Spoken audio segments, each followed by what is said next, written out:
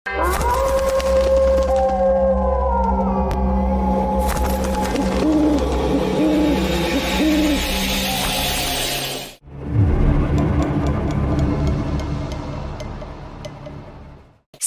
causes cancer. Smoking kills. புகைப்பிடித்தல் புற்றுநோயை உண்டாக்கும் மற்றும் உயிரை கொல்லும். Consumption of alcohol is injurious to health. மது அருந்துதல் உடல் நலத்திற்கு கேடு. Be safe. Don't drink and drive. பாதுகாப்பாக இருப்பீர். மது அருந்திவிட்டு வாகனம் ஓட்டாதீர். ஹலோ நண்பர்களே, அனைவருக்கும் வணக்கம். நம்ம இன்னைக்கு பார்க்க போற சம்பவத்தை பார்க்கறதுக்கு முன்னாடி உங்ககிட்ட ஒரு விஷயத்த சொல்லிடலாம் அப்படின்றத நம்மளுடைய புதிய அமானுஷ கதைகள் சேனலுக்கு வரக்கூடிய அனைத்து நபர்களுக்கும் என்னுடைய அன்பார்ந்த நன்றிகள். நம்மளுடைய புதிய அமானுஷ கதைகள் சேனலை வந்து நிறைய பேர் சப்ஸ்கிரைப் பண்ணாம வீடியோ பார்த்துட்டு இருக்கீங்க. தயவு செய்து சப்ஸ்கிரைப் பண்ணிக்கிட்டு வீடியோவும் பார்த்துருங்க. மறக்காம பெல்லைக்கான தட்டிருங்க. உங்க லைஃப்ல இத மாதிரியான அமானுஷ சம்பவங்கள் ஏதாச்சும் நடந்திருந்தா அதை என்னுடைய வாட்ஸ்அப் நம்பருக்கு ஒரு வாய்ஸ் நோட்டான் மற்றும் மெசேஜ் நீங்க அனுப்பலாம். என்னுடைய வாட்ஸ்அப் நம்பரை டிஸ்கிரிப்ஷன்லயும் கொடுத்துருக்கிறேன், இந்த டிஸ்பிளேலையும் தெரியும். கண்டிப்பா ஃபாலோ பண்ணிக்கோங்க. வாங்க இன்னைக்குள்ள சம்பவத்துக்குள்ளாடி நம்ம போயிடலாம். ஒரு கதை சொல்லிட்டேன் சார். அதுல உனக்கு கதை கேட்டு பழகிடுச்சு, எனக்கு கதை சொல்லியே பழகிடுச்சு. நான் கதை சொல்றேன், நீ கேளு. இந்த சம்பவம் நடக்கக்கூடிய இடங்க சாயல்குடி அப்படிங்கிற ஒரு ஊர்ல நடந்த ஒரு அதிபயங்கரமான சம்பவம். கிட்டத்தட்ட 2010 காலகட்டத்துல நம்மளுடைய சேனலோட ஒரு சப்ஸ்கிரைபரான அவருடைய பெயர் வந்து வேலப்பன் அப்படின்னு சொல்லப்படுது. அவர் தாங்க இந்த சம்பவத்தை நமக்கு அனுப்பியிருக்கிறாரு. அவருடைய லைஃப்ல நடந்த ஒரு அதிபயங்கரமான சம்பவம், அதாவது 2010 காலகட்டத்தில் நடந்திருக்குது. அதாவது என்ன அப்படின்னு பாத்தீங்கன்னா, வேலப்பன் அவருக்கு வந்து கிட்டத்தட்ட 8 தங்கைகள் இருந்திருக்கிறாங்க. அப்பா ஒரு ஆக்சிடென்ட்ல இறந்து போயிடுறாரு. அம்மா வந்து ரொம்ப நோயாளியாட்டு இருந்து இருக்கக்கூடிய ஒரு அம்மாவா இருக்கிறாங்க. இந்த 8 தங்கைகளுக்கும் அவங்க அப்பா விட்டுட்டு போனது கிட்டத்தட்ட ஒரு 2 ஏக்கர் சொத்துங்க. அதாவது 2 ஏக்கர் சொத்து அப்படின்னு சொன்னா, அதாவது சோளக்காடு அப்படின்னு சொல்லக்கூடிய காடை வந்து கொடுத்துட்டு போயிருக்கிறாங்க. சோளம் தான் ஃபுல்லாவே விவசாயம் பண்ணிட்டு இருந்திருக்கிறாங்க. அதாவது என்ன அப்படின்னா, இந்த 2 ஏக்கர் நிலமும் என்ன ஆச்சு அப்படின்னு பாத்தீங்கன்னா, ஒவ்வொருத்தராட்டு கல்யாணம் பண்ண ஆரம்பிச்சிட்டாங்க. அதாவது கல்யாணம் பண்ணி கொடுக்க ஆரம்பிச்சிட்டாரு நம்மளுடைய வேலப்பன். அப்படி கல்யாணம் பண்ணி கொடுக்கும்போது இந்த 2 ஏக்கரை வந்து எல்லாருக்குமே சரிசமமாட்டு பங்கு வச்சு கொடுத்துடுறாரு. அந்த இடத்துல எனக்கு எந்த சொத்தும் வேண்டாம் அப்படிங்கறது மாதிரி வேலப்பன் சொல்லிடுறாரு. அதே மாதிரி என்ன அப்படின்னு பாத்தீங்கன்னா, வீடு இருக்கு பாத்தீங்களா, அதாவது உங்களுக்கு சொந்த வீடு இருக்குது, 5 சென்ட் பூமி அது தனியா இருக்குது. அந்த வீடு மட்டும் எனக்கு கொடுத்தா போதும், மிச்சம் உள்ளதெல்லாம் நீங்க வச்சுக்குங்க அப்படிங்கறது மாதிரி வேலப்பன் சொல்லிடுறாரு. ஆனா என்ன அப்படின்னு பாத்தீங்கன்னா, இது ஒரு விவசாய காடு நிலம் அப்படிங்கிறதுனால அவங்களுடைய தங்கைகள் எல்லாருமே என்ன பண்ணிருக்கிறாங்க அப்படின்னா, அண்ணனே வச்சு நீங்க அதை விவசாயம் பார்த்து நீங்க விளையறதுல எங்களுக்கு காசு கொடுத்தா போதும் அப்படிங்கிற மாதிரி விட்டுறாங்க. இதனால அவருடைய லைஃப் சந்தோஷமா தான் போயிட்டு இருந்துக்குது. அப்படி ஒரு காலகட்ட சூழ்நிலையில இவருடைய கடைசி தங்கச்சியை கல்யாணம் பண்ணி கொடுத்துருக்கிறாரு. அதாவது 2008 காலகட்டத்துல கல்யாணம் பண்ணி கொடுக்குறாரு. அப்படி கல்யாணம் பண்ணி அந்த பொண்ணும் போயிருதுங்க. ஆனா அந்த பொண்ணு அடிக்கடி கணவன்கிட்ட சண்டையை போட்டு வீட்டுல வந்து உட்கார்ந்துக்கிடும். அம்மா வேற நோய் பிடிச்சவங்க, ரொம்ப சீக்கா இருக்கக்கூடிய ஒரு அம்மா தான் வீட்டுல இருந்துட்டு இருக்கிறாங்க. அவங்களால எழுப்பி எதுவும் பண்ண முடியாது. நம்மளுடைய வேலப்பன் வந்து கல்யாணமே பண்ணிக்கல. கிட்டத்தட்ட அவருக்கு அந்த டைம்ல கிட்டத்தட்ட 2010 அந்த காலகட்டத்திலே வந்து 40 வயசா இருக்குது. அவர் கல்யாணமே பண்ணிக்கல. அப்படி அவர் கல்யாணம் பண்ணாததுனால என்ன நடக்குது அப்படின்னா, அம்மாவை பார்த்துக்கிடக்கூடிய முழு பொறுப்புமே நம்மளுடைய வேலப்பன் கையில தாங்க இருக்குது. அதனால என்ன அப்படின்னா, இந்த தங்கை கடைசியா இருக்கக்கூடிய தங்கை தாங்க வீட்டுல எப்ப பார்த்தாலும் சண்டையை போட்டுக்கிட்டு அடிக்கடி வீட்டுல வந்து உட்கார்ந்துக்கிடுவா, அழுதுகிட்டே இருப்பா. சரி எப்படியாவது சமாதானப்படுத்தி அனுப்புவாங்க. கிட்டத்தட்ட 1.5 வயதுல ஒரு குழந்தையும் அந்த பெண்ணுக்கு இருக்கிறாங்க. அது பெண் குழந்தை. இதெல்லாம் மனசுல வச்சுக்கிட்டு அந்த மாதிரி பண்ணிட்டு இருக்கிறாங்க. இருந்தாலும் அந்த இடத்துல என்ன அப்படின்னா, ஒரு நாள் ஒரு சாயங்கால வேளை ஒரு 6:30 மணி இருக்கும். அந்த நேரத்துல இந்த பெண் வீட்டுல சண்டையை போட்டுக்கிட்டு நம்மளுடைய வேலப்பனுடைய வீட்டுக்கும் வந்து சேர்றாங்க. வந்து சேர்ந்தவங்க பயங்கரமா அழுதுட்டே இருக்கிறாங்க. ஏமா என்னமா ஆச்சு அப்படின்னு சொல்லி கேட்கும்போது, இந்த மாதிரி கணவன் வந்து பயங்கரமா துன்புறுத்துறான், அடிக்கிறான், வாங்குறான் அப்படின்னு சொன்னோன்னே இந்த பெண்ணுடைய வாய் கொஞ்சம் கூடுதல் அப்படின்னு சொல்லிக்கிட்டு அவருக்கே தெரியும். அதனால அவர் என்னன்னா, சரிம்மா போட்டோம், நீ வீட்டுல இரு, நாங்க பார்த்துக்கலாம், பேசிக்கிடலாம் அப்படின்னு சொல்லிக்கிட்டு அங்கே உட்கார வைக்கிறாரு. இருந்தாலும் சின்ன சின்ன வார்த்தைகள் சொல்லி திட்டுறாரு. ஏன்னா உன்னுடைய அக்காவெல்லாம் பாரு, யாராவது ஒரு ஆள் இந்த மாதிரி வீட்டுல வந்து இருக்காங்களா, நீ மட்டும்தான் அந்த மாதிரி வந்துட்டே இருக்கிற அப்படின்னு சொல்லி திட்டும் போது கூட அதையும் வாங்கிட்டு அந்த பொண்ணு இருக்குது. ஆனா எப்பவும் சரி வந்து அழுது முடிச்சுக்கிட்டு அவங்க வந்து அம்மா கூட வந்து கொஞ்சம் ஜாலியா பேசிக்கிட்டு இருக்கக்கூடிய ஒரு பெண் தாங்க. ஆனா அன்னைக்கு அந்த பெண் வந்து பெரிய அளவுல பேசவே இல்லை. அப்படியே வந்து உட்கார்ந்துருந்து அந்த விஷயங்களை சொல்லிச்சே தவிர வேற எதுவுமே பேசுறீங்க. சரி, கடைசி தங்கச்சிக்கு புரோட்டா குருமானா ரொம்ப பிடிக்கும், அதை வாங்கிட்டு வர்றேன் அப்படின்னு சொல்லிக்கிட்டு நம்மளுடைய வேலப்பன் என்ன பண்றாரு அப்படின்னா அவருடைய ஸ்கூட்டி பைக்கை எடுத்துக்கிட்டு அங்கிருந்து போறாரு. அங்கிருந்து போய் கிட்டத்தட்ட ஒரு 2 கிலோமீட்டர் போகணும். இந்த மாதிரி ஹோட்டலுக்கு எல்லாம் போகணும் அப்படின்னா அதனால ஒரு 2 கிலோமீட்டர் போய் அங்க போய் வாங்க போறாரு. அங்க பயங்கர கூட்டம். அதனால வர்றதுக்கு 8 மணி ஆகுது. புரோட்டா குருமாவோட வீட்டுக்கு வந்து சேர்றாரு. வீட்டுக்கு வரும்போது அம்மா இருக்கிறாங்க இல்லையா, அவங்க அம்மா வந்து இறந்த நிலையில இருக்கிறாங்க.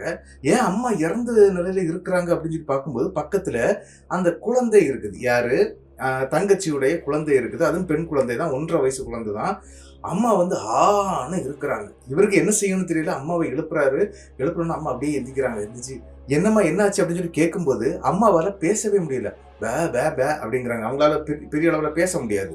அப்ப என்னாச்சு, இவன் எங்க போறான் அப்படின்னு சொல்லி பாத்ரூம் இருப்பாளோ. ஏன்னா பின்பக்கத்துல அதாவது இவங்க வீடு இருக்கு இல்லையா, அந்த வீடு வந்து ஒரு ஓட்டு கட்டிடம். அது மட்டும் இல்லாம பேக் சைடுல அவ்வளவுமே கருவேல காடுகள் தான். இவங்க பாத்ரூம் எதுவும் தனியா வைக்கல, எல்லாமே அந்த கருவேல காட்டுக்கு தான் போவாங்க. ஒருவேளை குழந்தைய விட்டுட்டு போயிருக்காங்கன்னா பாத்ரூம் தான் போயிருக்கணும். சரி வந்துருவா அப்படின்னு சொல்லிக்கிட்டு பின்பக்கம் போய் இருக்கிறாங்க. ஆனா அவங்க அம்மா பயங்கரமா அழ ஆரம்பிக்கிறாங்க. ஒரு மாதிரி விக்கி விக்கி அழுவாங்க. அந்த மாதிரி அழுவாங்க. ஏமா அழுற அப்படின்னு சொல்லிக்கிட்டு வேக வேகமா வீட்டுக்குள்ள வந்து கேட்கிறாரு. வீட்டுக்குள்ள வந்து கேட்ட உடனே அந்த இடத்துல அவங்க அம்மா பேச முடியல. அவங்கள அங்க அங்க அப்படின்னு சொல்லி கையை காட்டுறாங்களே ஒழிய அவங்க எதுவுமே சொல்ல முடியல. ஏன்னா ரொம்ப பேச முடியாது அவங்களால.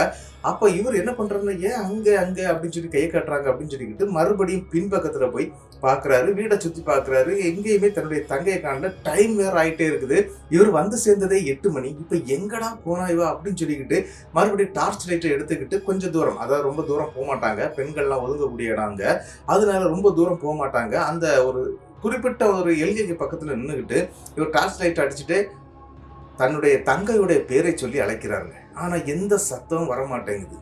என்னடா நடக்குது அப்படின்னு சொல்லிக்கிட்டு சரி கொஞ்சம் கூட தூரம் போய் நம்ம பார்க்கலாம் அப்படின்னு சொல்லிக்கிட்டு ஒரு 4 மரம் தாண்டும் போது தாங்க பேரதிர்ச்சியான சம்பவம் நடக்குது. என்ன அப்படின்னு பாத்தீங்கன்னா அவருடைய கடைசி தங்கை அங்க இருக்கக்கூடிய கருவேல மரத்துல அவங்க கட்டியிருந்த சாரியால தூக்க மாட்டி உயிரை விட்டுட்டு அப்படி தொங்கிட்டு இருக்கிறாங்க. அரண்டு போயிடுறாரு. ஐயோ ஐயோன்னு கத்தவே ஆரம்பிச்சிட்டாரு. இருந்தாலும் தன்னுடைய நண்பர்களுக்கு கால் பண்ணி சொல்லி போலீஸுகள்லாம் வந்து அந்த பாடி அங்கிருந்து எடுத்துட்டு போயிடுறாங்க. எடுத்துட்டு போய் போஸ்ட்மார்ட்டம்லாம் முடிச்சு பாடியும் கையில கொடுத்துட்றாங்க. இறுதி சடங்கு முடியுதுங்க. கிட்டத்தட்ட 6 நாட்கள் அந்த மாதிரி போயிடுது. 7வது நாள் அவங்க அம்மா இருக்கிறாங்க இல்லையா, அவங்க திடீர்னு இறந்துடுறாங்க. ஒரே வீட்டுல 2 மரணம். அவங்க அம்மாவும் இறந்துடுறாங்க. இப்ப அந்த வீட்டுல தனி ஆளா இருக்கக்கூடியது நம்மளுடைய வேலப்பன் தாங்க. வேலப்பன் சரி இந்த பிரச்சனையெல்லாம் தாண்டி முடிஞ்சு அவருக்கு என்ன அப்படின்னு பார்த்தீங்கன்னா நைட்டு நேரம் அவர் வீடு தங்க மாட்டாரு. காடு, அதாவது சோளக்காட்டில் வந்து காவலுக்கு போகக்கூடியவர் தாங்க. அதாவது அவருக்கு 2 ஏக்கர் இருக்கு அப்படின்னு சொன்னேன். அந்த 2 ஏக்கர்ல சோளம் தான் பயிரிட்டு வச்சிருக்கிறாரு. அதனால அந்த சோளக்காட்டுக்கு அவர் போயாகணும். அதே மாதிரி அவரும் அந்த சோளக்காட்டுக்கு போறாருங்க காவலுக்கு. அப்படி காவலுக்கு போய் உட்கார்ந்து இருக்கிறாரு. சரி நம்மளுடைய குடும்பத்துல 2 உயிர் போயிடுச்சு அப்படின்னு சொல்லிட்டு ரொம்ப மன வருத்தத்துல இருக்கிறாரு. தங்கையுடைய குழந்தைய வந்து அவங்க ஹஸ்பண்ட் வந்து எடுத்துட்டு போயிட்டாரு. எனக்கு பிள்ளை எனக்கு வேணும் அப்படின்னு சொல்லிட்டு அவரு தூக்கிட்டு போயிட்டாரு. ஆனா இப்போ என்ன அப்படின்னா நம்மளுடைய வேலப்பன் மட்டும்தாங்க தனி மரமா இருக்கிறார். இருந்தாலும் சோளக்காட்டுல சோளம் போட்டிருக்கிறாரு. அதுக்கு வந்து ஒரு பாதுகாப்பு தேவை இருக்குது. அதனால அவர் அங்கேயும் தங்கிட்டு இருக்கிறாரு. வீடே தங்க மாட்டாராம். பகல் நேரம் மட்டும் வந்துட்டு போறதோட சரி, நைட்டெல்லாம் வீட்டுல தங்குறதே கிடையாது. அப்படிதான் இருந்திருக்கிறாரு. ஆனா என்ன ஆச்சு அப்படின்னு பாத்தீங்கன்னா அன்னைக்கு நைட்டு இவரு தூக்கமே வரல. அதாவது ஒரு மணி நேரத்துக்கு ஒருக்கா பட்டாசை கொளுத்தி போட்டுக்கிட்டே இருப்பாராம். எதுக்கு அப்படின்னா இந்த வவ்வாலு நைட்டு நேரத்துல இறை தேடக்கூடிய குருவிகள்லாம் நிறைய இருக்குங்க. அதுங்க வந்து இந்த மாதிரி இந்த சோளத்தை சாப்பிடக்கூடாது அப்படிங்கிறதுக்காக அந்த பட்டாசை கொளுத்தி போடுவாங்க. அப்படி இருக்கிறதுனால அந்த இடத்துல என்ன நடக்குது அப்படின்னு பாத்தீங்கன்னா திடீர்னு ஒரு பைக் ஒண்ணு வந்து நிக்குதுங்க. அந்த பைக்ல இருந்து ஒரு ஆண் ஒரு பெண் இறங்குறாங்க. அதை இவர் பாக்குறாரு. இவர் சென்டர்ல இருக்கிறாரு. அவங்க கிட்டத்தட்ட ஒரு 200-300 மீட்டருக்கு அந்த சைட்ல அந்த பைக்கை விட்டு இறங்குறாங்க. அவங்க இந்த பக்கம் வந்தா இவருடைய காடு, அந்த பக்கம் போயிட்டாங்கன்னா வேற ஆட்களுடைய காடுங்க. ஆனா அந்த நபர்கள் வந்து இந்த பக்கம் தான் வர்றதை இவர் பாக்குறாரு. பார்த்த உடனே இவர் என்ன பண்றாரு அப்படின்னா சரி இது சரியில்லை, ஒரு பொண்ணை கூட்டிட்டு ஒரு பையன் வர்றான்னா இது சரியில்லை. அது இந்த நேரத்துல கிட்டத்தட்ட மணி 9 இருக்குங்க. அவர் என்ன பண்றாரு அப்படின்னு பாத்தீங்கன்னா டக்குன்னு தன்னுடைய நண்பன் ஐயனார் அப்படிங்கிறவருக்கு கால் பண்றாரு. கால் பண்ணி இந்த மாதிரி டே நம்ம தோப்புக்குள்ளாடி இந்த மாதிரி 2 பேர் வந்துட்டு இருக்கிறாங்க, இங்க இருந்து எப்படியாவது விரட்டி விடணும் அப்படி இப்படின்னு சொல்லி கூப்பிடுறாருங்க. ஆனா அந்த இடத்துல ஐயனார் வந்து என்ன சொல்றாருன்னா என்னால இப்பம்லாம் வர முடியாது, நான் கொஞ்சம் தூரமான இடத்துல இருக்கிறேன், நீயே போய் பத்தி விட்டுறா அப்படிங்கிற மாதிரி சொல்றாரு. சரின்னு சொல்லிக்கிட்டு இவரும் சிங்கிள் தானே இறங்கி போறாரு. ஆனா ஆள் நல்ல வாட்ட சாட்டமா நல்ல கம்பீரமான உடல் தோற்றம் உள்ளவர் தாங்க நம்மளுடைய வேலப்பன். ஆனா என்ன நடக்குது அப்படின்னு பாத்தீங்கன்னா, அந்த இடத்தை நோக்கி இவர் வேக வேகமா போறாங்க. அந்த பெண் அந்த பையன் அங்க ஒரு இடத்துல வந்து அப்படி பதுங்கி இருக்கிறாங்க. எதுக்காக இங்க பதுங்குறாங்க, ஏதோ தப்பு பண்ண போறாங்க அப்படிங்கறத வந்து அவர் புரிஞ்சுக்கிட்டு இங்க இருந்து போகும்போதே இந்த டார்ச் லைட் அடிச்சு போறாரு. அப்படி கிட்ட போய் டார்ச் லைட் அடிக்கும் போது அவங்க 2 பேரும் அந்த இடத்துல இருந்து எழும்பி ஓட ஆரம்பிக்கிறாங்க. ஓட ஆரம்பிச்சவங்களே இவர் விரட்ட ஆரம்பிக்கிறாரு. டே நில்லுடா நில்லுடா அப்படின்னு சொல்லிட்டு பயமுறுத்துறாரு.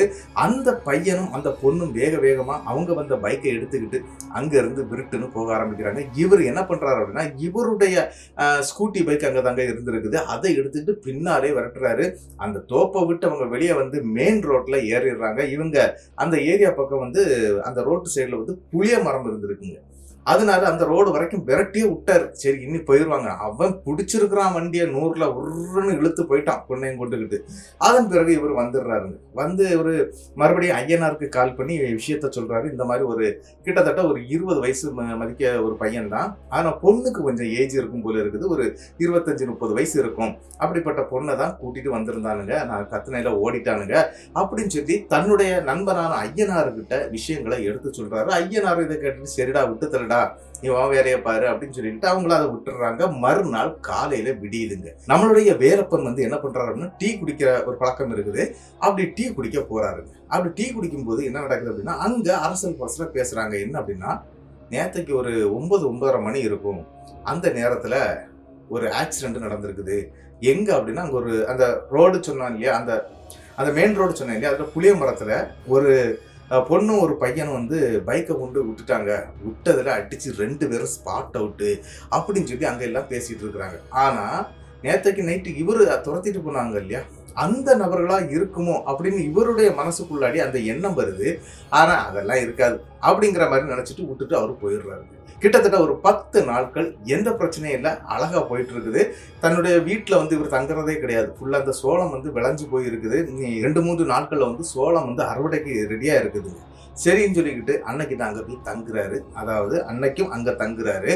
அப்படி தங்கும்போது என்ன நடக்குது அப்படின்னு பாத்தீங்கன்னா, அன்னைக்கு நைட்டு ஒரு சம்பவம் நடந்துச்சு இல்லையா, ஒரு பையனும் ஒரு பொண்ணும் அங்க வந்தாங்க இல்லையா, அதே மாதிரி ஒரு 2 பேர் அந்த சோளக்காட்டுக்குள்ளாடி இருந்து பேசக்கூடிய சத்தம் கேட்குதுங்க. நள்ளிரவு 12 மணிக்கு. இவர் என்னடா ஒரு தடவை கூட இப்படி நடந்தது இல்லையே, சவுண்டு ரொம்ப அதிகமா இருக்கு, யாராவது பேசினா கூட ரொம்ப ரகசியமா பேசுவாங்க, இது அப்படி இல்லை, பயங்கர சவுண்டா இருக்கு, அவங்க பேசுறது வந்து ரொம்ப சத்தமா இருக்குது. இதை எல்லாத்தையும் அப்படியே நோட் பண்றாரு. நோட் பண்ணிட்டு என்னடா யாரா இருக்கும் அப்படின்னு சொல்லிக்கிட்டு டார்ச் லைட் அடிச்சவாறு அந்த ஏரியாவை நோக்கி இவர் நடக்க ஆரம்பிக்கிறாரு. மெல்ல மெல்ல நடக்கிறாரு. நடந்து அங்க போய் பார்க்கும்போது அங்க யாருமே இல்லைங்க. என்னடா யாருமே இல்லையே அப்படின்னு சொல்லிட்டு மறுபடியும் அவர் அந்த குச்சின்னு சொல்லுவாங்க அந்த இடத்த வந்து என்ன அப்படின்னா, அந்த சோளக்காட்டுக்கு மேல இருக்கும். அது ஒரு குடிசை மாதிரி போட்டு வச்சிருப்பாங்க. அவங்க தங்குறதுக்கு ஒரு ஆள் 2 பேர் தங்கலாம், அவ்வளவுதான் அந்த இடம் இருக்கும். அப்படி இருக்கக்கூடிய இடத்துல தான் இந்த பட்டாசெல்லாம் கொளுத்தி போட்டுட்டு இருப்பாரு. அந்த இடத்துல என்ன நடக்குது அப்படின்னா, இவர் போய் உட்கார்ந்துடுறாரு. உட்கார்ந்து பாக்குறாரு. மறுபடியும் அந்த பேச்சு, அந்த வார்த்தைகளுடைய சத்தம் கேட்குதுங்க. என்னடா இது மறுபடியும் சத்தம் கேட்குது, வேற ஒன்னும் ஏதாவது நம்ம ஆட்களை தள்ளிட்டு உள்ள வந்துட்டானோ, வேற ஒன்னும் ஏதாவது பொண்ணை தள்ளிட்டு வந்துட்டானோ அன்னைக்கு நடந்தது மாதிரி அப்படிங்கிற மாதிரி நினைச்சுக்கிட்டு வேக வேகமா இவர் என்ன பண்றாரு அப்படின்னு பாத்தீங்கன்னா, மறுபடியும் அந்த சத்தம் கேட்கக்கூடிய இடத்தை நோக்கி நடக்க ஆரம்பிக்கிறாரு. வேக வேகமா நடக்கிறாரு. நடந்து டார்ச் லைட் அடிச்சுட்டாங்க நடந்து போயிட்டே இருக்கிறாரு. மறுபடியும் அந்த சத்தம் எங்கிருந்து வருதுன்னா, இவர் எங்க போய் ஃபர்ஸ்ட் பார்த்தாரோ அதே இடத்துல தான் இந்த சத்தம் கேட்குது. அப்ப இவருக்கு ஒரு விஷயம் புரியுது. என்ன அப்படின்னா, இந்த சத்தம் கேட்கக்கூடிய திசையிலிருந்து கரெக்டா நம்ம வந்திருக்கிறோம். ஆனா இங்க ஆள் இல்லை. கிட்ட வரும்போது அந்த சத்தம் அப்படியே கம்மியாயிருது. சரி வேற எங்கேயாவது சத்தம் கேட்குதா அப்படின்னு சொல்லிக்கிட்டு இவர் மண்டையை போட்டு குழப்புறாரு. ஆனா எந்த இடத்துல இருந்தும் சத்தம் வரல. சரின்னு சொல்லி மறுபடியும் குச்சிக்கு வந்துடுறாருங்க. குச்சிக்கு வந்தவருக்கு மறுபடியும் அதே ஆட்கள் பேசக்கூடிய சத்தம் மறுபடியும் அதி பயங்கரமா கேட்க ஆரம்பிக்குது. இவருக்கு கை காலம் நடுங்க ஆரம்பிக்குது. என்ன அப்படின்னா, சத்தம் கேட்குது, அந்த இடம் வரைக்கும் நம்ம போயிடுறோம், ஆனா ஆட்கள் யாரும் கண்ணுக்கு தெரியல. சரின்னு சொல்லிக்கிட்டு இவர் இந்த தடவை சத்தம் கேட்டா கேட்டுட்டு போட்டோம், நம்ம இங்க இருந்து பட்டாசை மட்டும் கொளுத்தி போடுவோம் அப்படின்னு சொல்லி பட்டாசை பற்ற வச்சு போட்டுக்கிட்டே இருக்கிறாரு. ஒவ்வொன்றா டப்புன்னு அந்த ஒரு மணிக்கு ஒரு 2-3 அப்படியே டப் டப் டப் அப்படின்னு சொல்லி வெடிக்கும். அப்படி வெடிச்சதுன்னா அங்க வந்து விழக்கூடிய அந்த குருவி வவ்வால்கள் இது எல்லாமே அங்கிருந்து ஓடிடும். அதுக்காக இதை பண்றாங்க. சரின்னு சொல்லிக்கிட்டு கொஞ்ச நேரம் போயிருது. இவர் கொஞ்சம் தூக்கத்துக்கு போயிடுறாரு. யாரு? நம்மளுடைய வேலப்பன். தூங்கிட்டு இருக்கும்போது கரெக்டா ஒரு 3 மணி இருக்குங்க. அந்த நேரத்துல அந்த இடத்துல, அதாவது கரெக்டா எந்த இடத்துல அவர் சவுண்டு கேட்டு போனாரோ அதே இடத்துல இப்ப அழுகை சத்தம் கேட்குதுங்க. அந்த அழுகை சத்தம் இவரால் இருக்க முடியாது. அவரால் அந்த தூக்கத்துல கூட கேட்குது. அவருடைய காதுக்குள்ள பும் பும் பும்ட்டு அந்த அந்த தலைவலி ஏற்படும் சொல்லுவாங்க, அந்த மாதிரி அந்த அழுகை சத்தம் கேட்குதுங்க. இவரும் அந்த இடத்துக்கு மறுபடியும் எந்திரிச்சு போறாரு. இந்த தடவை டார்ச்சை வந்து அவர் ஆன் பண்ணவே இல்லை. ஏன் அப்படின்னா, எப்படி இருந்தாலும் நமக்கு அந்த இடம் வந்து ஃபுல்லாவே தெரியும். அவருக்கு ரொம்பவே பழக்கப்பட்ட இடம் அப்படிங்கிறதுனால டார்ச் லைட்டை ஆன் பண்ணவே இல்லைங்க. வேகமாக நடக்கிறாரு. கரெக்டாக அந்த இடத்துக்கு கிட்ட போகும்போது ஒரு 10 அடிக்கு முன்னால மெதுவாக நடக்கிறாருங்க. சத்தமே வராத அளவுக்கு அழகா நடந்து கிட்ட போய் டார்ச் அடிக்கிறாருங்க. நம்மளுடைய வேலப்பனுடைய கண்கள்லாம் பிதுங்குறது மாதிரியான ஒரு சம்பவம் நடக்குது. என்ன அப்படின்னு பார்த்தீங்கன்னா, வேலப்பனுக்கு முன்னாடி அன்னைக்கு ஒரு 2 பேரை துரத்துனார் இல்லையா, அவங்க 2 பேரும் உட்கார்ந்துருக்கிறாங்க. ஆனால் 2 பேருடைய தலையும் அடிச்சு உடைக்கப்பட்ட நிலைமையில ரத்த வெள்ளத்துல அப்படி இருக்கிறத பார்க்குறாரு. இது என்னடா அப்படின்னு சொல்லிக்கிட்டு பயத்தின் உச்சத்துல அங்க இருந்து தலை தெறிக்க ஓடவே ஆரம்பிச்சிட்டாரு நம்மளுடைய வேலப்பன் கை. வேகமா இவர் எங்க போயிட்டார் அப்படின்னு பாத்தீங்கன்னா, வண்டி எடுத்துட்டு, அதாவது வெளியில வந்துட்டாரு. அங்க உள்ளே போகல, வெளியே வந்து வண்டி எடுத்துட்டு ஸ்ட்ரைட்டா அவருடைய வீட்டுக்கு வந்துடுறாருங்க. வீட்டுக்கு வந்தவர் கை காலெல்லாம் நடுங்குது. என்னன்னா அதை பார்த்து அவ்வளவு பயந்துட்டாரு. உடனே போனை எடுத்து தன்னுடைய நண்பனான ஐயனாருக்கு உடனே கால் பண்றாரு. ஒரு விஷயம் தெரியுமாடா அப்படின்னு சொல்லிட்டு கால் பண்றாரு. இந்த மாதிரி இங்க நடந்துச்சு அப்படின்னு சொல்லி இங்க நடக்கக்கூடிய அந்த நடந்த விஷயத்த அப்படியே சொல்லிடுறாருங்க. அவர் கக்க பக்கன்னு சிரிக்கிறாரு அங்க இருந்துகிட்டு. என்னடா நீ இதெல்லாம் சொல்லிட்டு இருக்க, அப்படிலாம் ஒன்றும் கிடையாதுடா, வாங்காதுடா. நானே அப்படிதான்டா நினைச்சிட்டு இருந்தேன்.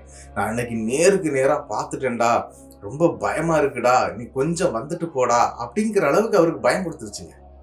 இருந்தாலும் ஐயனார் என்ன சொல்றாரு அப்படின்னா, சரிடா நான் வர்றேன், ஆனா என்ன அப்படின்னா நான் வந்து சேர்றதுக்கு காலையில ஆயிடும். ஏன்னா ஐயனார் வந்து இந்த டிம்போ ஓட்டிட்டு இருக்கிறாரு. அவருக்கு சவாரி, நைட்டு சவாரிக்கு போயிருக்கிறாரு. நான் வர்றதுக்கு காலையில ஆயிடும், நீ அது வரைக்கும் நீ வீட்டுல இரு. நான் வந்த பிறகு பக்கத்து ஊர்ல வந்து கருப்பசாமி கோவில் பூசாரி ஒருத்தர் இருக்கிறாரு.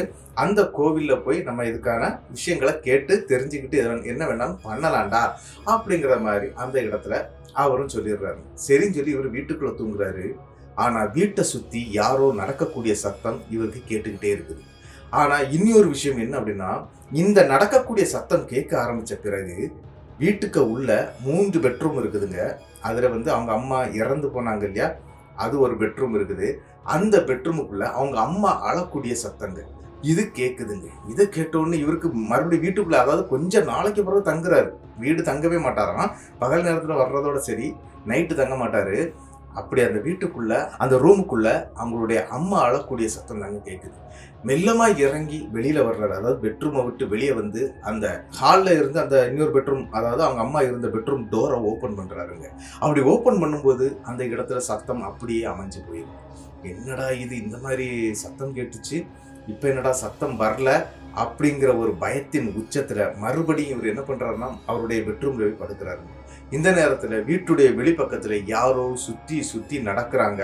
அதுவும் அழுதவாறு நடக்கிற மாதிரி அவருக்கு கேட்குதுங்க. இவருக்கு அந்த டைம்ல பாத்ரூம் வேற வருது, வெளியே போகணும். இந்த பயத்தினால அவர் வெளியே போகல, வீட்டுக்குள்ள பெட்ரூமுக்குள்ளாடி அப்படி இருந்துடுறாரு. தூங்கவே முடியாத ஒரு சூழ்நிலை, தூங்கவே இல்லை நம்மளுடைய வேலப்பன். என்ன நடக்குது அப்படின்னா, விடிய காலையில வரைக்கும் தூங்காமலே இருந்து ஐயனார் வந்த பிறகு ஐயனார்கிட்ட விஷயத்த சொல்றாரு.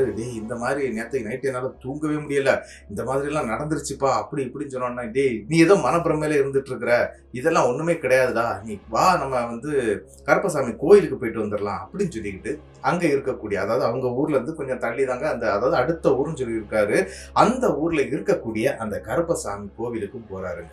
அங்க போன உடனே அங்க இருக்கக்கூடிய அந்த பூசாரி கொஞ்சம் காலை வேளை, அதாவது காலை வேளையில வந்து பெரிய பூஜைகள் இருக்காது, சின்னதா ஒரு பூஜைகளை கொடுக்க ஆரம்பிக்கிறாரு. கொடுத்து முடிச்சுட்டு அப்படியே இவர்கிட்ட வந்து பேச ஆரம்பிக்கிறாரு.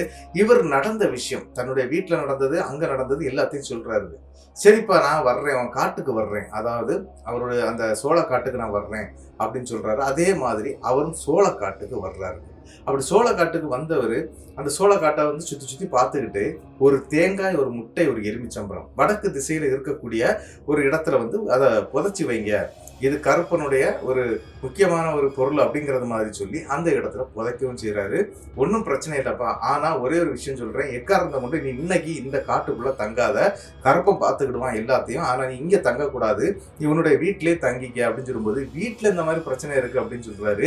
இந்த பிரச்சனை தாப்பா அங்க வந்திருக்குமா இருக்கும் அப்படிங்கிறது மாதிரி அந்த கருப்பசாமி கோவில் பூசாரி சொல்றாரு. இங்க நம்ம இதை பண்ணிருக்கிறதுனால அதால அங்க வர முடியாது அப்படின்னு சொல்லி விட்டுறாரு. சரின்னு சொல்லிக்கிட்டு அன்னைக்கு இவரு வீட்டுல தங்கலாம் அப்படின்னு சொல்லி போயிடுறாரு. கருப்பசாமி கோவில் பூசாரியும் போயிடுறாரு.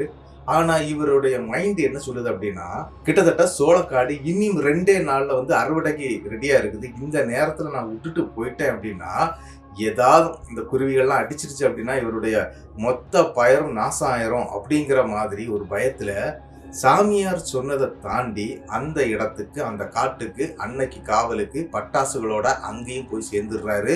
நம்மளுடைய வேலப்பன் அவர் இந்த பட்டாசை பத்த வச்சு போட்டுக்கிட்டே இருக்கிறாரு. ஆனா அவர் தூங்கவே இல்லைங்க. ஆனா அன்னைக்கு ஒரு நிறைஞ்ச பௌர்ணமி நாளுங்க. அந்த நிறைஞ்ச பௌர்ணமியில நிலா வெளிச்சம் நல்லா பளிச்சுன்னு அடிச்சுக்கிட்டு இருக்குது. அப்படி அந்த வெளிச்சத்துல கிட்டத்தட்ட நள்ளிரவு ஒரு 12:30 மணி இருக்கும். அந்த நேரத்துல இவருடைய அந்த குச்சின்னு சொன்னேன் இல்லையா, அதாவது அந்த மேடை மாதிரி போட்டு அதுக்கு மேல வீடு மாதிரி கட்டியிருப்பாங்க இல்லையா, ஒரு சின்ன கூரை போட்டிருப்பாங்க, அதுலதான் இவர் உட்கார்ந்து இதை பண்ணிட்டு இருக்கிறாரு. இவருக்கு ஏத்தாப்புல வந்து கிட்டத்தட்ட ஒரு 300 மீட்டர் தூரத்துல இந்த வழி, அந்த வழின்னா 4 பக்கம் வழி இருக்கும், சென்டர்ல இவர் உட்கார்ந்து இருக்கிறாரு. அந்த வழியை பார்த்தாங்க உட்கார்ந்து இருக்கிறாரு. அப்போ அந்த 300 மீட்டர் தூரத்துல இருந்து ஒரு ஆண் ஒரு பெண் அப்படியே நடந்து வர்றதை அப்படியே பாக்குறாருங்க. பார்த்தவருக்கு கை கால்லாம் நடுக்க ஆரம்பிக்குது. உடனே ஐயனாருக்கு கால் பண்றாரு. ஐயனார் அன்னைக்கும் நைட் அவருக்கு வண்டி ஓட்டத்துல இருக்குது. அவரும் போனை எடுத்துட்டு என்னடா பண்ணி தொலைக்கிற அப்படின்னு சொல்லிட்டு கேட்கிறாரு. இவர் விஷயத்த சொல்றாரு.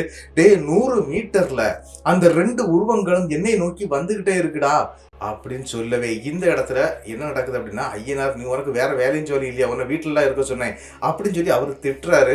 இருந்தாலும் என்னுடைய காடு நாசமா போயிடக்கூடாது அப்படிங்கிறதுக்காக மட்டும்தான் நான் இங்க வந்தேன் அப்படின்னு சொல்லும்போது அவர் திட்டுறாரு. உயிருக்கு ஏதாவது பிரச்சனை ஆயிடுச்சுன்னா என்னடா பண்றது அப்படி இப்படின்னு சொல்லிட்டு இருக்கவே சரட்டுன்னு ஒரு சத்தங்க. இவருடைய மொபைல் வந்து டக்குன்னு இவர் கையை விட்டு கீழே விழுந்துருது. அதன் பிறகு அங்க என்ன நடந்துச்சு அப்படிங்கிறது ஐயனாருக்கு தெரியாதுங்க. ஐயனாரு மறுபடியும் போன் பண்ணிட்டே இருக்கிறாரு. போன் ரிங் ஆகுது. ஆனா போனை யாருமே எடுக்கல. என்ன நடந்துச்சுன்னு தெரியலையே, இந்த மாதிரி சொன்னானே, அது வேற நடந்து வருதுன்னு சொன்னானே அப்படின்னு சொல்லிட்டு பயத்துல அவருக்கு தெரியக்கூடிய அனைத்து நண்பர்கள், அதாவது இந்த ஊருக்குள்ள இருப்பாங்க இல்லையா, கிட்டத்தட்ட ஒரு 7-8 பேருக்கு கால் பண்ணி, நீங்க உடனே அந்த இடத்துக்கு போங்க, நானும் சீக்கிரத்துல வரக்கூடிய வழியை பாக்குறேன், ஏன்னா அதாவது அவருடைய சவாரியை விட்டுட்டு நான் வர்றேன் அப்படிங்கிறது மாதிரி சொல்றாருங்க. அந்த நண்பர்கள் கிட்டத்தட்ட 7-8 பேர் அந்த சோளக்காட்டுக்கு வந்து சேர்ந்துடுறாங்க. சோளக்காட்டுல வந்து அங்க பார்க்கும்போது அந்த குடியில இவர் இல்லை. இவருடைய மொபைலுக்கு கால் பண்றாங்க. மொபைல் நல்ல ரிங் போகுது. ஆனா மொபைல் யாரும் எடுக்கல. உடனே ஐயனாரு கால் பண்ணி இந்த மாதிரி சொல்றாரு. ஐயனாரு என்ன சொல்றாருன்னா, நானும் கிட்ட வந்துட்டேன்டா, வண்டியை விட்டுட்டு நான் வர்றேன் அப்படின்னு சொல்லிட்டு அவரும் உள்ள வந்துடுறாருங்க. உள்ள வந்தவர் 4 பக்கம் தேடுங்க அப்படின்னு சொல்லி டார்ச் லைட் அடிச்சு அங்க தேடவும் ஆரம்பிக்கிறாங்க. அப்படி தேடும் போது இந்த தேங்காய், முட்டை, எலுமிச்சம்பழத்தை வந்து அந்த பூசாரி புதைச்சி வச்சுட்டு போனார் இல்லையா, அந்த இடத்துல விழுந்து கிடக்குறாருங்க நம்மளுடைய வேலப்பன். அதே இடத்துல என்ன அப்படின்னா, அவருடைய மொபைல் வந்து பக்கத்துல ஒரு சின்ன இந்த வாய்க்கால் மாதிரி போகும் தண்ணி, அது ஒரு கால் அளவு தண்ணி இருக்குங்க. அந்த தண்ணிக்குள்ளாடி மொபைல் கிடக்குது. அதனாலதான் ரிங் ஆகுது. அந்த மொபைல் வந்து வெளியே சத்தம் கூட கேட்கல. இவங்க இந்த ரிங் ஆகுடி சத்தத்தை வச்சு கூட அவரை கண்டுபிடிக்க பிளான் பண்ணாங்க. அது கூட நடக்கல அப்படிங்கிறதுக்கு இதுதான் அர்த்தம். என்ன நடக்குது அப்படின்னு பாத்தீங்கன்னா, இவரை காப்பாத்திடுறாங்க. அங்கிருந்து தூக்கி நிப்பாட்டி தண்ணீர் எல்லாம் தொளிச்சு பார்க்கும்போது அவர் என்ன சொல்றாருன்னா, எனக்கு முன்னால 2 உருவங்கள் நடந்து வந்தது. அது அங்கிருந்து வர வர வர வர என்னுடைய உடம்பு சிலிர்க்க ஆரம்பிச்சுது. என்னுடைய உடம்பு குளிர்ச்சி ஆச்சுது. அந்த நேரத்துல என்னுடைய கண்கள் மயங்கிச்சு. நான் விழுந்துட்டேன். அவ்வளவுதான் அவர் சொல்றாரு. வேற என்ன நடந்துச்சுன்னு அவருக்கே தெரியல. அதன் பிறகு அவரை வீட்டுக்கே கூட்டிட்டு போயிடுறாங்க. வீட்டுக்கு கூட்டிட்டு போய் வேலைப்பண்ட கேட்கறாங்க, ஏன்ப்பா இதெல்லாம் பண்ணிட்டு இருக்கிற, அதான் சாமியார் சொல்லிட்டு போனார் இல்லையா, பூசாரி இந்த மாதிரி சொன்னார் இல்லையா, நீ எதுக்கு இதெல்லாம் பண்ற அப்படின்னு சொல்லிட்டு திட்டுறாங்க. இருந்தாலும் அந்த இடத்துல அந்த நம்மளுடைய அதாவது ஐயனார் இருக்காரு இல்லையா, அவர் சொல்றாரு, நாளை காலையில பூசாரியை பாத்திரலாம் அப்படின்னு சொல்லிட்டு பூசாரியை கையோட கூட்டிட்டு வந்துடுறாங்க மறுபடியும் தோப்புக்குங்க, அதாவது அந்த காட்டுக்கு. அப்படி வந்த பூசாரி அங்க பாத்துக்கிட்டு, இங்க கருப்பனே வந்திருக்கான்ப்பா, கருப்பன் வந்ததுனாலதான் அந்த ஆண்மக்கள் இங்க இருந்து ஓடிடுச்சு, அதாவது என்ன நடந்துச்சு அப்படிங்கறத வந்து அந்த பூசாரி விளக்குறாங்க. என்ன அப்படின்னா, உன்னுடைய உடம்புக்குள்ளதான் கருப்பம் வந்திருக்கிறான். கருப்பம் வந்த உடனே அந்த 2 ஆன்மாக்கள், அதாவது என்ன அப்படின்னா அந்த 2 உருவங்களையும் அந்த இடத்துல இருந்து அந்த கருப்பசாமி தான்ப்பா உன்னுடைய உடம்புக்குள்ள வந்து அதை விரட்டி இருக்கிறாரு. அது இங்கிருந்து ஓடி போயிருச்சு. இனிமேல் உனக்கு எந்த பிரச்சனையும் இல்லை, நீங்க எத்தனை நைட் வேணாலும் நீங்க தங்கலாம் அப்படிங்கிறது மாதிரி எல்லாம் அந்த பூசாரி வந்த உடனே சொல்ல ஆரம்பிச்சிட்டாருங்க. அப்ப இவருக்கு இந்த நடந்துச்சு இல்லையா, அதாவது எனக்கு இந்த மாதிரி ஆச்சு அப்படின்னு சொல்லி கேட்டார் இல்லையா, அது எதனால அப்படின்னு கருப்பசாமி தாங்க அவருடைய உடம்புக்குள்ள வந்து அந்த ஆன்மாக்களை அங்கிருந்து விரட்டுனதாட்டு அந்த கருப்பசாமி கோவில் பூசாரி சொல்றாரு. சரி, இனி ஒரு பிரச்சனை இல்லையா அப்படின்னு, ஒரு பிரச்சனை இல்லப்பா அப்படின்னு சொல்லிக்கிட்டு அவரும் போயிடுறாரு. இவரும் வீட்டுக்கு வந்துடுறாங்க. மறுநாள் வந்து அறுவடை நடக்குது. அறுவடையெல்லாம் முடிஞ்சு வியாபாரத்தையும் முடிச்சிட்டாரு. முடிச்சுக்கிட்டு காசு நிறைய வருங்க. அவருடைய அந்த 2 ஏக்கர் நிலத்துக்கான காசு நிறைய வந்திருக்குது. அதையும் எடுத்துக்கிட்டு வீட்டுக்கு வந்துடுறாரு. வீட்டுக்கு வந்தவர் இவருக்கு தண்ணி அடிக்கக்கூடிய பழக்கமோ இந்த பீடி சிகரெட் இந்த மாதிரி எந்த பழக்கமும் கிடையாது நம்மளுடைய வேலப்பனுக்கு. ஆனால் இவருடைய நண்பரான ஐயனார் இருக்கார் இல்லையா, அவர் நல்லா சரக்கு அடிக்கக்கூடியவர் தான். ஆல்ரெடி அதுக்கு முந்தின நாள் வந்து 7-8 பேரை இவர் அங்கே அனுப்பி விட்டார் இல்லையா, அவங்களுக்கெல்லாம் சரக்கு வாங்கி கொடுக்கணும்டா, நைட்டு ஒன்னெல்லாம் தேடுறதுக்கு அவங்க ஹெல்ப் பண்ணாங்க அப்படி இப்படின்னு சொன்னோம். சரிப்பா நான் வாங்கி தர்றேன் அப்படின்னு சொல்லி சரக்கெல்லாம் வாங்கி கொடுத்துருக்கிறாரு. ஐயனார் முதல் கொண்டு எல்லாருமே சரக்கு சாப்பிட்டுருக்குறாங்க. சரின்னு சொல்லிக்கிட்டு இவரும் வீட்டுக்கு வந்துடுறாருங்க. நிம்மதியான ஒரு தூக்கத்துக்காக வீட்லயும் படுக்கிறாரு. ஆனா சம்பவம் என்ன அப்படின்னா, அன்னைக்கு நைட்டு கிட்டத்தட்ட ஒரு 12:30-1 மணி அளவுல அவங்க வீட்டுக்குள்ளாடி மறுபடியும் அழுகை சத்தம் கேட்க ஆரம்பிக்குதுங்க. அதாவது அவங்க அம்மா அழுதுட்டே இருந்தாங்க இல்லையா, அந்த அதே அழுகை சத்தம் மறுபடியும் கேட்க ஆரம்பிக்குது. என்னடா மறுபடியும் அம்மா அழக்கூடிய சத்தம் மாதிரியே கேட்குது, ஒருவேளை அம்மாவுடைய ஆன்மா இங்கே இருக்குமோ அப்படிங்கிற ஒரு எண்ணத்திலே அவர் இருக்கிறாருங்க. ஆனா என்ன அப்படின்னா, அன்னைக்கு இந்த ஃப்ரெண்ட்ஸுகளுக்கு எல்லாருக்குமே இவர் சரக்கு வாங்கி கொடுத்தாரு இல்லையா, அவங்க கூட சேர்ந்து ஹோட்டல்ல தான் சாப்பிட்டுருக்கிறாரு. இவருக்கு ஹோட்டல் சாப்பாடு வந்து இவருடைய உடம்புக்கு ஒத்துக்கிடாது. ஆனா என்ன அப்படின்னா, நண்பர்கள் வற்புறுத்ததுனால அவர் சாப்பிட்டுருக்கிறாரு. சாப்பிட்டது இவருக்கு சரியாகல. 4 ட்ரிப்பு பாத்ரூம் போயிட்டு வந்தா படுத்திருக்கிறாரு. மறுபடியும் இவருக்கு வயித்த கலக்குது. இந்த நேரத்துல வீட்டுக்கு உள்ள ஒரு அழுகை, வீட்டுக்கு வெளியில யாரோ நடக்கிறாங்க, வீட்டை சுத்தி சுத்தி நடக்கிறாங்க. இவருடைய கை கால்லாம் நடுங்க ஆரம்பிச்சிருது. என்னடா இது, யாரா நடக்கிறது, எல்லா லைட்டையும் போடுறாரு. சுத்தி இருக்கக்கூடிய அவ்வளோ லைட்டையும் போட்ட பிறகு அந்த சத்தங்கள் அப்படியே ஓஞ்சிருதுங்க. சரி நம்ம பாத்ரூம் போயிட்டு வந்துடலாம். ஏன்னா இவங்க வீட்டுடைய பின்பக்கத்துல இருக்கக்கூடிய காட்டுக்குள்ளதான் இவர் பாத்ரூம் போகணும். அதை மாதிரி இவர் பாத்ரூமும் போறாரு. எங்க பாத்ரூம் போறாரு அப்படின்னா, இவருடைய தங்கை வந்து உள்ள தூக்கு மாட்டி இறந்தாங்க தெரியுமா, அந்த மரத்துல இருந்து ஒரு 2 மரம் தாண்டி தாங்க இவர் உட்கார்ந்து இருக்கிறாரு. கையில டார்ச் லைட் வச்சிருக்கிறாரு. அந்த நேரத்துல அந்த தூக்குல தொங்கி இறந்தாங்க இல்லையா அவங்க தங்கை, அவங்க வந்து அண்ணா அண்ணா அப்படின்னு கூப்பிடக்கூடிய சத்தம் கேட்குதுங்க. இவருக்கு கை கால் நடுங்கிறது. இன்னொரு விஷயம் என்ன அப்படின்னு பாத்தீங்கன்னா, பெண்கள் கூட ஒதுங்குறதுக்காக அந்த இடத்துக்குள்ளதான் போவாங்களாம். ஒருவேளை யாராவது தங்கச்சி மாதிரி உள்ள இருப்பாங்களோ அப்படிங்கிற ஒரு பயத்துல இவரு யாருமா யாருமா அப்படின்னு சொல்லி தேடுறாருங்க. ஆனா அண்ணா நான் தான்ண்ணா அப்படின்னு சொல்லி அவங்க கடைசி தங்கையுடைய பேரை வந்து சொல்லுதுங்க. சொன்னா உண்டு, ஏமா என்ன எப்படி பயமுறுத்துக அப்படின்னு சொல்லிட்டு இவரு பதட்டப்பட்டிருக்கிறாரு. உடனே அந்த இடத்துல, அண்ணே நீ இந்த நேரத்துக்கு வீட்டுக்குள்ள போகாத, நீ இந்த நேரத்துக்கு வீட்டுக்குள்ள போகாத, அங்க ஒரு பெரிய பிரச்சனை வந்திருக்குது அப்படிங்கிற மாதிரி சொல்லுது. அம்மா தான் அதை தடுத்துக்கிட்டு இருக்குது அப்படிங்கிற விஷயத்தையும் சொல்லுதுங்க. இது ஒரு அந்த அசரீரி குரல்னு சொல்லுவோம்ல, அந்த மாதிரி அவருக்கு கேட்குது. இவருக்கு கைகள்லாம் நடுங்குது. உடனே கையில மொபைல் வச்சிருக்கிறாரு. உடனே ஐயனாருக்கு போன் அடிச்சிடுறாருங்க. ஐயனார் வீட்டில் தான் இருக்கிறாரு. ஏன்னா சரக்கு சாப்பிட்டு போனார் இல்லையா, அவர் போதையில இருந்தாலும் இவருடைய போன் அவர் எடுக்கிறாருங்க. எடுத்து என்னடா அப்படின்னு சொன்னோன்னா, இவர் இந்த கதையை சொல்ல ஆரம்பிக்கிறாரு. ஐயா இப்படி ஆகி போச்சு, என்னுடைய தங்கையுடைய ஆன்மா இந்த மாதிரி பேசுது, எனக்கு காதுல விழுது, என் வீட்டுக்குள்ள போகாத அப்படின்னு சொல்லுது அப்படின்னு சொன்னோன்னே, உனக்கு பிரச்சனையெல்லாம் தீர்ந்துச்சுடா, அதுக்கப்புறம் ஏன்டா பயப்படுற அப்படின்னு சொல்லும்போது, தத்ரூவமாட்டு அவங்க வீட்டுடைய பேக் வாசல்ல ஃபுல்லா லைட் போட்டிருக்காரு இல்லையா, பேக் வாசல்ல வந்து அந்த டோரை வந்து லாக் பண்ணிட்டு வந்திருக்கிறாரு. அந்த டோர் வந்து ஓப்பன் ஆகிறதா இங்க இருந்தே பாக்குறாரு. பேக் சைட்ல இருக்கக்கூடிய டோர் அப்படி பார்த்து அரண்டு போய் நிக்கிறாருங்க. உண்மையிலேயே டோர் வந்து ஓப்பன் ஆகுதுடா அப்படின்னு சொல்லிக்கிட்டு அந்த இடத்துல அந்த மொபைல்ல அழுதுகிட்டே சொல்றாருங்க நம்மளுடைய வேலப்பன் ஐயனார்கிட்ட. ஐயனார் என்னடா நீ ஒரு மாதிரி குழம்பிக்கிட்டு இருக்கிற, இதெல்லாம் தேவையில்லாத விஷயம்லாம் பார்த்துட்டு இருக்கிற, இதெல்லாம் என்னடா அப்படின்னு சொல்லிட்டு அவரு போதையில இருந்தே பேசிட்டு இருக்கிறாரு.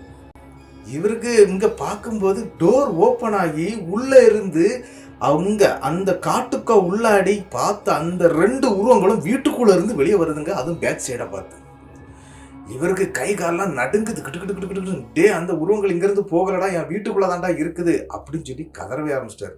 சரிடா நீ அந்த தோப்புக்குள்ள தானே இருக்கிற, அதாவது என்ன அப்படின்னா கருவேல காட்டுக்குள்ள தானே இருக்கிறாரு, அதை வந்து தோப்புன்னு கூட சொல்லுவாங்களா, கருவேல தோப்பு அப்படிம்பாங்களாம். அந்த தோப்புக்குள்ள தானே இருக்கிற, பின்பக்கத்தோட என்னுடைய வீட்டுக்கு வந்துடுடா அப்படின்னு சொல்லிக்கிட்டு அந்த இடத்துல ஐயனார் சொல்றாரு. ஐயனார் வீட்டை விட்டு வெளியே வந்துடுறாரு. இவரும் அந்த பின்பக்கத்தோட, இங்க டோர்லாம் ஓப்பன்ல இருக்க பின்பக்கத்தோட ஐயனார் வீட்டுக்கு போயிடுறாரு. ஐயனார் வீட்டுல மொட்டை மாடியில போய் இவங்க 2 பேரும் வந்து பேசிக்கிட்டே இருக்கிறாங்க.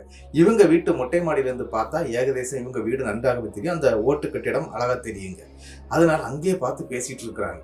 அங்க தாண்டா இருக்குது, என்ன நடக்குது ஏது நடக்குன்னு தெரியல, சரி ஏதாவது ஒரு வழி பண்ணணுமே அப்படின்னு சொன்னோன்னே அந்த இடத்துலயும் ஐயனார் என்ன சொல்றாரு அப்படின்னா, சரிடா ஒன்றும் பிரச்சனை இல்லை, நம்ம அதே கருப்பசாமி கோயிலில் இருக்கக்கூடிய பூசாரியை நம்ம கூட்டிட்டு வந்துடலாம் நாளைக்கு அப்படின்னு சொல்லிட்டு அதே மாதிரி மறுநாள் போறாங்க. அதே மாதிரி அந்த பூசாரியை கூப்பிட்டுட்டு வீட்டுக்கு வர்றாங்க.